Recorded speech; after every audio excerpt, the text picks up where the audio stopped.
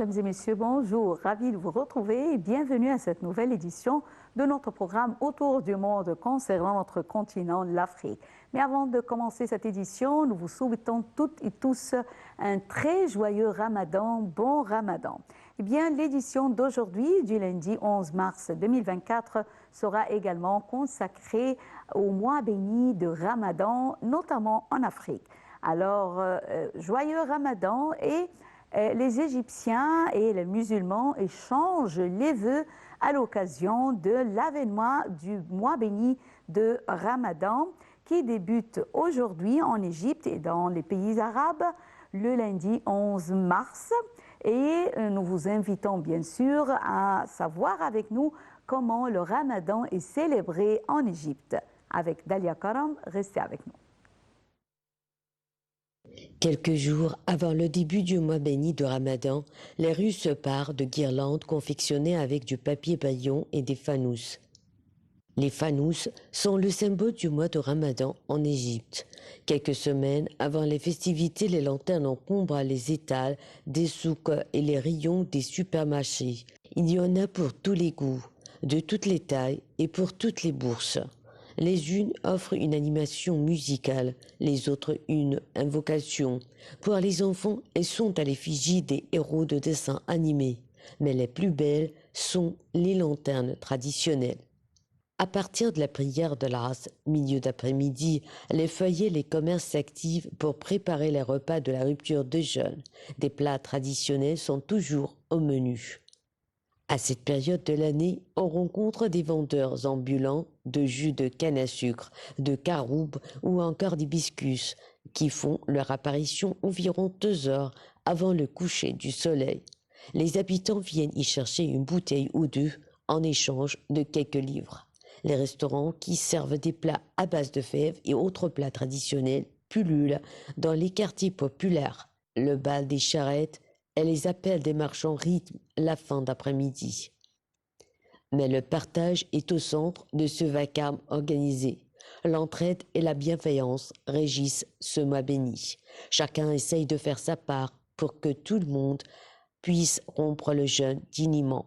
Des temps de l'iftar sont organisés pour les pauvres, ainsi que des distributions de nourriture. Le Ramadan, mois sacré de jeûne dans l'islam, a débuté ce lundi 11 mars. Pendant un mois, les musulmans du monde entier sont invités à ne pas manger ni boire du lever du jour jusqu'au coucher du soleil. C'est une période aussi et surtout de prière et de charité. À Nairobi, au Kenya, les musulmans débutent également le mois de jeûne béni de Ramadan aujourd'hui, le lundi 11 mars 2024. Et la religion est minoritaire dans le pays, dans le Kenya. Seul un peu plus de 10% de la population est musulmane. Un commentaire de Dalia Karam.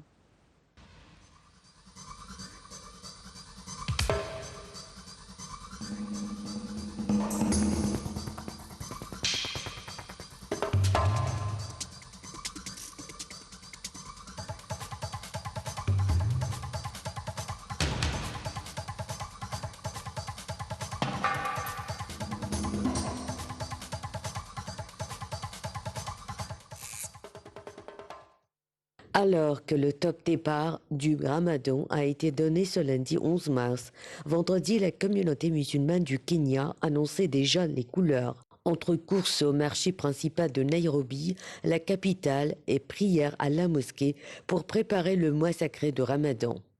Hassan Aden Mohamed, commerçant, s'est félicité de l'arrivée du Ramadan. Il s'est dit heureux en tant que musulman. Il s'est dit très heureux en tant que musulman et prie Allah de nous permettre d'atteindre le prochain Ramadan. Au Kenya, pays majoritairement chrétien, l'islam est la deuxième religion avec 11% de la population selon le recensement de 2019. Mohamed Cher Isaac, de la mosquée Jamia explique que partout dans le monde, les musulmans sont aujourd'hui prêts à faire les prières nocturnes, à jeûner pendant la journée du Ramadan, à donner l'aumône et la zakat, la charité, autant que possible.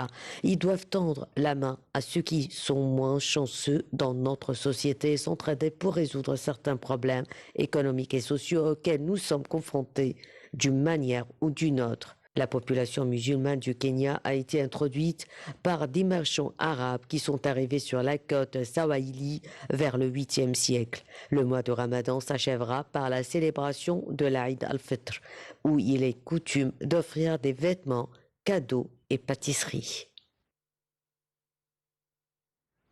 Le mois de Ramadan en Afrique marque le retour aux traditions, parfois insolites, transmises d'une génération à l'autre. Chaque pays a ses propres coutumes et bien sûr ses propres rituels qui rendent ce mois sacré très spécial dans chaque pays. Chaque mois, ou plutôt le jeûne pour la première fois, est bien sûr un souvenir inoubliable pour chaque enfant qui a commencé à jeûner pendant le mois béni de Ramadan. Et j'ai le plaisir d'avoir actuellement avec moi en ligne Dr Raouf Ghaffar, analyste politique, qui va nous jeter la lumière sur le mois béni de Ramadan et plutôt sur les coutumes dans les pays africains. Bonjour Dr Raouf Ghaffar et bon Ramadan. Merci, pareillement. Bonjour. Merci. Bonjour. Alors, tout d'abord, veuillez nous parler de votre souvenir de la première fois du jeûne quand vous étiez enfant pendant le jeûne du mois béni de Ramadan. Bon, c'était un peu différent. Quand j'étais jeune, il n'y avait pas la télévision, il y avait seulement la radio, donc c'était un tout petit peu différent. Pour la première fois, toute la famille était contente et autour de moi, et ils essayaient de m'encourager à continuer la journée sans manger. Première fois jusqu'à midi, seconde jusqu'à 3h, 4h, et puis troisième fois, un jeûne complet. C'est pour ça que c'était un peu différent. Et on se mettait autour de la radio pour entendre le adhan et puis commencer notre iftar. Et puis après ça, on descendait dans le quartier pour jouer avec les lanternes, avec nos voisins, etc., etc. C'était certainement un peu différent. Il n'y avait pas, comme je viens de dire, la télévision pour suivre les épisodes, etc. Mais c'était amusant et c'était différent. Mais il y avait également les devinettes à la radio. Absolument, et les éditions, absolument. Ouais. Absolument. Il y avait beaucoup de choses intéressantes à la radio. Et il y avait les 1001 nuits, par exemple. C'est une chose pour nous, quand nous étions jeunes, à la télévision.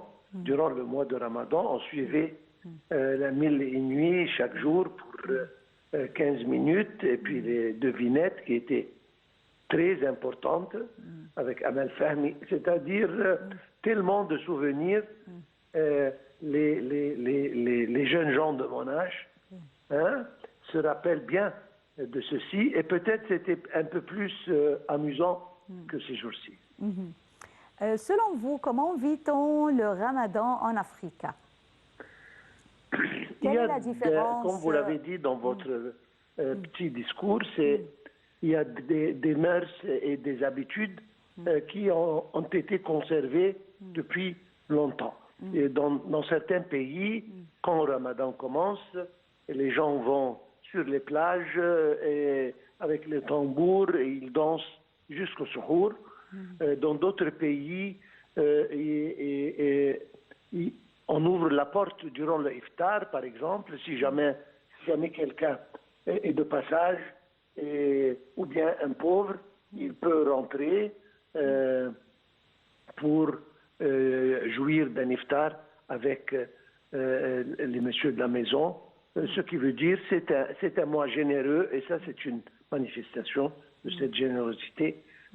Dans d'autres pays, ils font des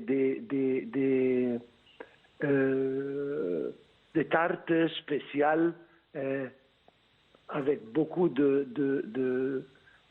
disons de fruits et de légumes, et c'est un manger traditionnel pour eux. Dans d'autres pays, ils font des lanternes à partir de certains fruits, etc., comme un peu le Halloween dans les pays occidentaux.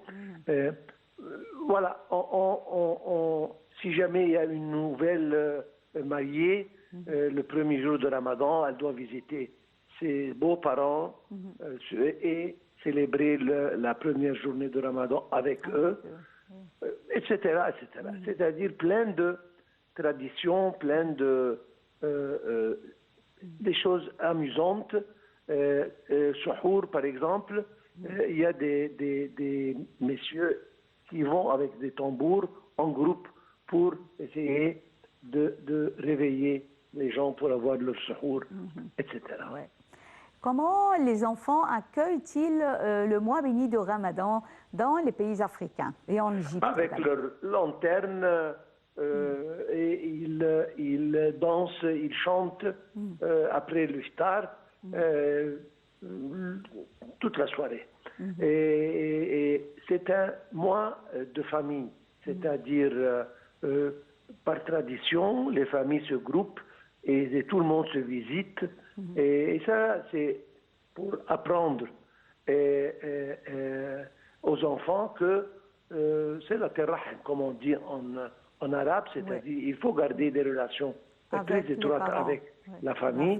On ne doit jamais oublier les prières de Tarawih, qui représentent encore une fois un groupement avec tous les voisins, tous les amis dans certaines mosquées, et ils font ça ensemble, et puis après ça, ils vont pour peut-être prendre un thé ici ou un gâteau là, etc. Que mangent plutôt les citoyens des pays africains? Est-ce que c'est différent? Oui. Que mangent les Africains pendant l'iftar? Comme j'ai dit, dans des pays, ils font des tartes et ils mangent ces tartes. Dans d'autres pays, ils mangent beaucoup de viande au Ramadan. C'est-à-dire, durant l'année, ils ne mangent pas beaucoup de viande, mais le Ramadan, ils mangent des Ramadans. Les douceurs, certainement, représentent une partie essentielle dans l'iftar, et surtout les jus avec du sucre, parce que le corps a besoin de sucre après un long jeûne, et amaredine, c'est-à-dire les abricots concentrés, etc. Ce sont des choses traditionnelles qui sont dans toutes les partout, c'est-à-dire pauvres ou riches. Ce sont des traditions qui se conservent partout durant Ramadan particulièrement. Oui. Est-ce qu'il y a un Mesaharati dans les pays africains comme en Égypte? Oui. Absolument. Et dans certains pays, c'est un monsieur ou une dame qui vont seuls, mais dans d'autres pays, c'est un groupe, comme une troupe de tambours qui passe dans les rues et pour réveiller les gens. C'est traditionnel, certainement. Maintenant, il y a beaucoup de monde qui ont des réveils matins, etc. Ils n'ont pas besoin. Mais c'est pour simplement garder cette tradition de Mesaharati qui existe partout. En Égypte, d'ailleurs, on a ceci. Nous avons dans tous les quartiers maintenant, riches ou pauvres, il y a le Mesaharati qui devient une chose traditionnelle. Et il passe avant le souhour, et il tape sur son tambour pour... ça marque justement, comme je viens de dire, une tradition qu'on aime garder. Est-ce que pendant le mois béni de Ramadan, il y a des visites mutuelles entre la famille, comme en Égypte ici, on trouve que le premier jour, comme vous l'avez mentionné au début, la femme, la jeune mariée, visite ses beaux-parents, la famille chaque jour ou chaque semaine dans une maison, dans un foyer d'un de leurs familles. Alors, est-ce qu'en Afrique, c'est le même? Absolument, absolument. Comme je viens de dire, c'est un mois généreux. Les familles se groupent, les amis se groupent. D'ailleurs, même en Égypte ici, Oui. et ça arrive la même chose partout dans les pays qui pratiquent Ramadan et le jeûne, etc. On est pratiquement, on invite ou on est invité peut-être la plupart du mois. On dîne en famille, nos voisins viennent dîner avec nous, nous allons dîner avec nos voisins, etc. C'est un mois qui est vraiment célèbre à, comme je viens de dire, Salat al-Raham, c'est-à-dire à garder les relations avec la famille. Et il y a des gens qui même partent d'un village à l'autre, ou bien ils passent le Ramadan chez leurs parents, chez leurs cousins, justement pour être en famille. Donc c'est un mois, oui, qui voit beaucoup d'invitations, qui voit beaucoup de célébrations entre familles. Et quand on continue à parler des nouveaux mariés, dans certains cas, ils déménagent pour le mois de Ramadan chez leurs beaux-parents ou chez leurs parents, et c'est traditionnel qu'ils mangent iftar. Par exemple, je veux dire quelque chose de très personnel, mes enfants qui sont mariés et qui sont loin de moi, j'insiste à ce que chaque jour, si on n'est pas ailleurs, qu'ils viennent et ils prennent leur iftar avec nous en famille. Très joyeux Ramadan, Monsieur Raouf Gafar, ou plutôt Docteur Raouf Gafar, pour ces explications concernant les coutumes dans les pays africains et bien sûr en Égypte. Je vous remercie infiniment et bon Ramadan.